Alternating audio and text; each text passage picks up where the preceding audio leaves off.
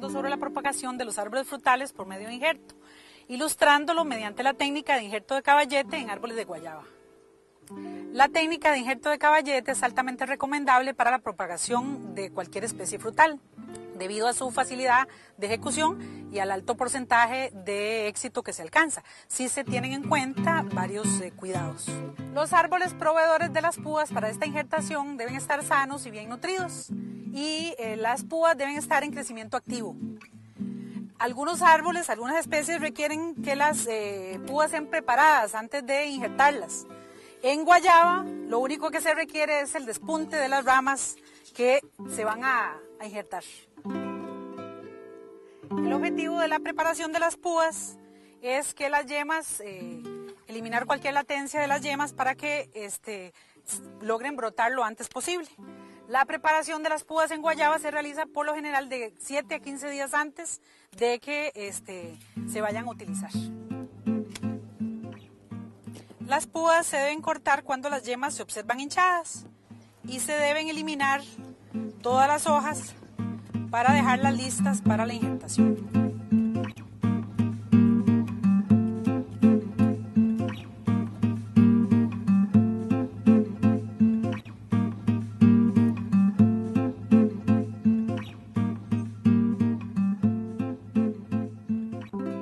Las púas comienzan a deshidratarse en el momento en que se cortan y lo más conveniente sería utilizarlas lo antes posible. Si no se van a utilizar, lo recomendable es envolverlas en un periódico humedecido, colocarlas en una bolsa plástica y ponerlas en un lugar fresco hasta el momento de su utilización. Para realizar este tipo de injerto en árboles de guayaba, se necesita que los patrones tengan de 6 a 8 meses de edad, que estén en crecimiento activo, sanos y bien nutridos.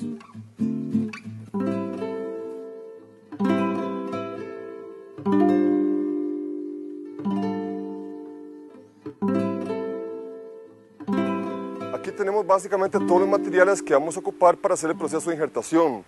Tenemos el patrón por acá, tenemos las púas por acá, y en cuanto a los implementos, aquí tenemos la cuchilla de injertación, que es una cuchilla especial.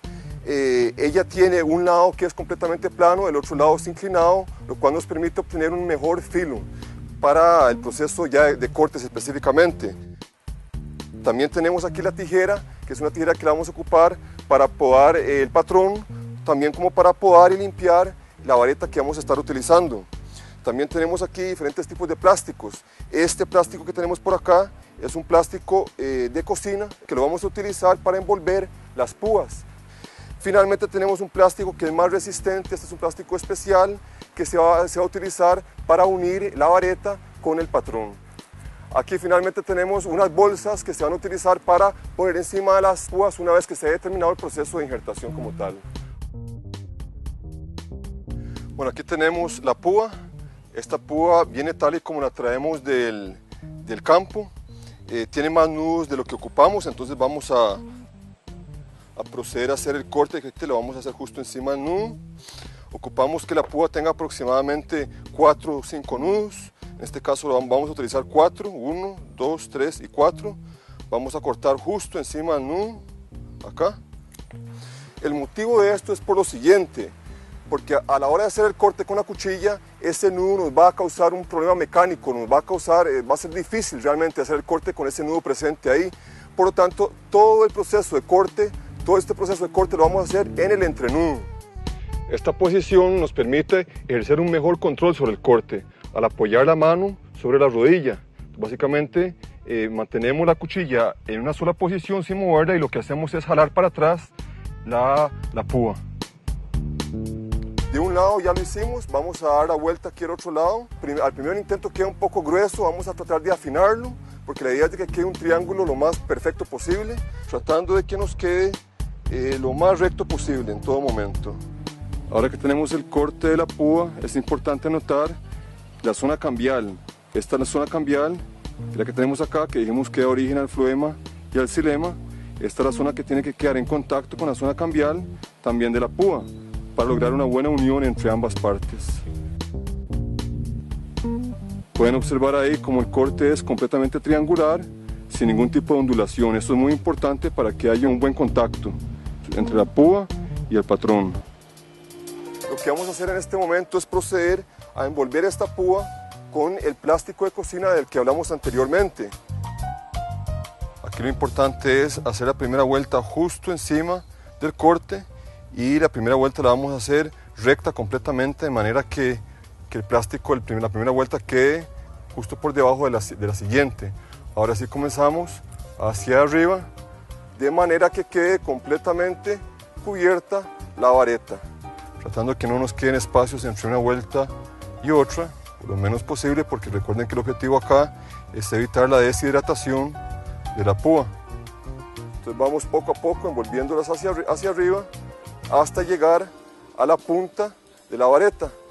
Vamos a darle unas vueltas finales aquí, unas vueltas finales, bajamos un poco y hacemos un nudo de manera tal que no se nos vaya a aflojar el plástico una vez que continuemos con el proceso de injertación. Aquí tenemos por lo tanto la vareta ya preparada, la tenemos envuelta en plástico para evitar la deshidratación como dijimos y tenemos el corte en triángulo o en V del que hablamos hace un ratito. Vamos a traer el patrón que vamos a utilizar. Un aspecto a considerar muy importante es que el grosor de la vareta tiene que coincidir con el grosor del patrón que vamos a utilizar o ser ligeramente más ancho. El motivo de esto es porque el tejido cambial de la púa tiene que coincidir lo más exactamente posible con el tejido cambial del patrón. Vengo con la tijera y hago un corte que nuevamente va a ser justo por debajo de un nudo, de manera que no tengamos ningún impedimento mecánico a la hora de hacer el corte. Entonces vamos a proceder a hacer aquí el corte, lo ponemos en el puro centro, vamos a bajar aproximadamente unos 3 o 4 centímetros, que es la misma longitud que tenemos en el corte de la púa, tiene que coincidir bastante con la longitud del corte de la púa. Aquí vamos a cortar un par de hojitas, este par de hojitas acá, para que no nos interfieran con el proceso. Entonces vamos ahora sí a insertar la púa en el patrón. Aquí podemos ver que el corte, se puede observar todavía el corte de la púa, por lo tanto eso nos indica que tenemos que profundizar un poco más en el corte del patrón. Traemos la cuchilla, hacemos un poquito más profundo el corte nuevamente y volvemos a insertar. Ahí podemos ver que queda completamente cubierto el corte de la púa. Por lo tanto, tenemos una altura o tenemos una longitud de ambos cortes que coinciden perfectamente bien. Lo que viene ahora es simplemente amarrar el injerto que acabamos de hacer y para eso ocupamos este plástico blanco. Este es un plástico bastante más firme, bastante más duro, bastante más elástico que el que acabamos de utilizar anteriormente. Tiene que ser duro porque con este plástico vamos a ejercer presión sobre la zona de unión entre el patrón y la púa. Comenzamos a envolver más abajo de la zona de la injertación como tal. Recordemos que tenemos que mantener completamente recto la primera vuelta que le demos al plástico de manera que quede cubriéndose ella misma. Esto con el fin de que tenga un buen agarre. Tenemos que estar presionando constantemente las dos aletas del patrón que habíamos hecho. Tenemos que estarlas presionando. Entonces cada vuelta que hacemos, subimos los dedos y presionamos nuevamente.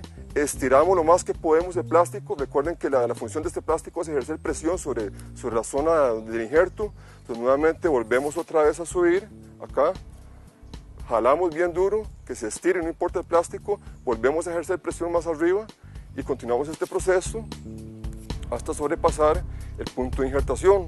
De manera que si hay lluvia, etcétera, no va a poder penetrar a los cortes que hemos realizado. Lo importante acá es que en ningún momento soltemos la presión que tenemos. Si le soltamos esta presión, pues evidentemente la unión no va a ser la adecuada. Aquí ponemos este dedo para mantener la presión, damos la vuelta, hacemos el nudo y jalamos.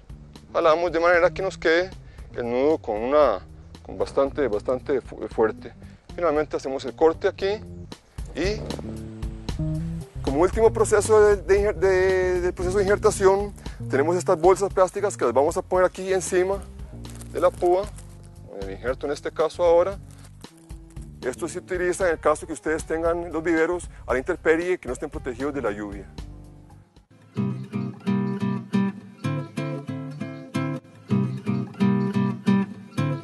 En los días posteriores a la injertación se deben realizar varias prácticas para irle dando seguimiento al injerto.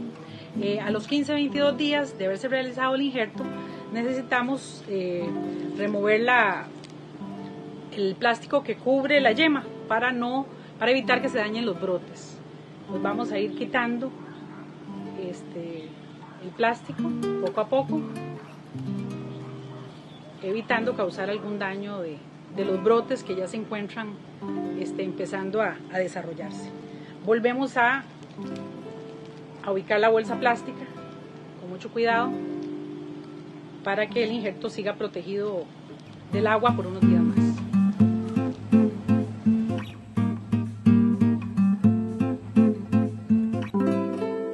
Al mes de haber sido realizados los injertos, se debe remover la bolsa plástica que le pusimos para evitar la entrada de agua, ¿verdad?, al injerto.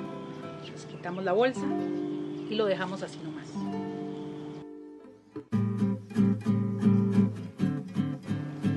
Durante todo el proceso posterior a la injertación se debe tener el cuidado de estar removiendo los brotes que nacen por debajo de la zona de injertación, porque ellos le quitan fuerza a los brotes del injerto.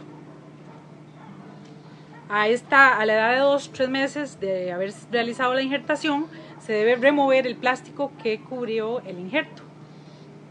Ya se supone que para este momento la cicatrización ha ocurrido y el injerto está totalmente prendido.